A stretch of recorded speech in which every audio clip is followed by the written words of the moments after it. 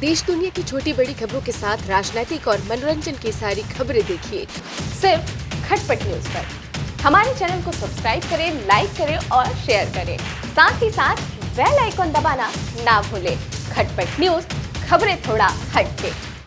ममता के मंत्री ने खोली अपनी ही सरकार के भ्रष्टाचार की पोल। नहीं थम रही ममता की मुश्किलें, कटघरे में सरकार। ममता के सांसद, विधायक और नेताओं ने मचा रखी है लूट। तो क्या अब टीएमसी पार्टी में पड़ेगी फूट? क्या वाकई बंगाल के मंत्रियों और विधायकों के सामने नागरिकता बचाने का है संकट? क्या मिमी नुसरत ही है जो लूट रही पैसे और बन गई पार्टी की संपत्ति?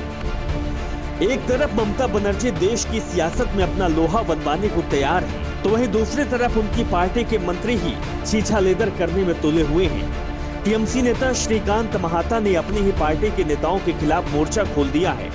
उन्होंने नुसरत जहां और मिमी चक्रवर्ती पर पैसा लूटने का आरोप लगा दिया है। एक वीडियो में महाता ने कहा है कि मिमी चक्रवर्ती, नुसरत जहां, जूने मालिया, सयोनी घोष और सायंतिका बनर्जी जैसे नेता केवल पैसा लूट रहे हैं। उनका ये वीडियो सोशल मीडिया पर तेजी से वायरल हो रहा है।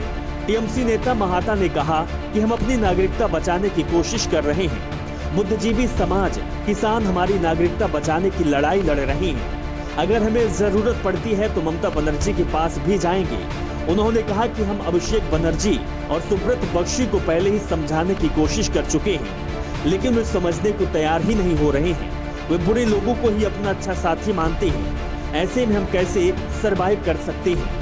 महाता ने कहा कि उन्हें बुरे लोगों को बुरा ही कहना चाहिए। महादेव से लेकर संध्या रॉय, जूने मालिया, सायानी सायंतिका, मिमी नुसरत तक अगर वे पार्टी के लिए बहुत जरूरी हो गए हैं तो हम इस पार्टी का हिस्सा नहीं रह सकते। उन्होंने आगे कहा कि अगर पैसा लूटकर ये लोग पार्टी के लिए जरूरी हो गए तो हम भी मंत्री नहीं रहना चाहते। आज लोग सभी मंत्रियों को चोर कहने लगे हैं, लेकिन पार्टी केवल उन्हीं चोरों की सुनेगी। हमें अपना कोई नया रास्ता तलाशना होगा। हमें इस बुराई के खिलाफ आंदोलन करना होगा। बता दें कि बीते दिनों कैबिनेट मंत्री रहे पार्थ चटर्जी और अनुव्रत मंडल को केंद्रीय एजेंसियों ने गिरफ्तार किया है। इन दोनों ही नेताओं पर भ्रष्टाचार के आरोप भी लगे हैं। पार्टी ने पार्थ चटर्जी को निलंबित कर दिया है।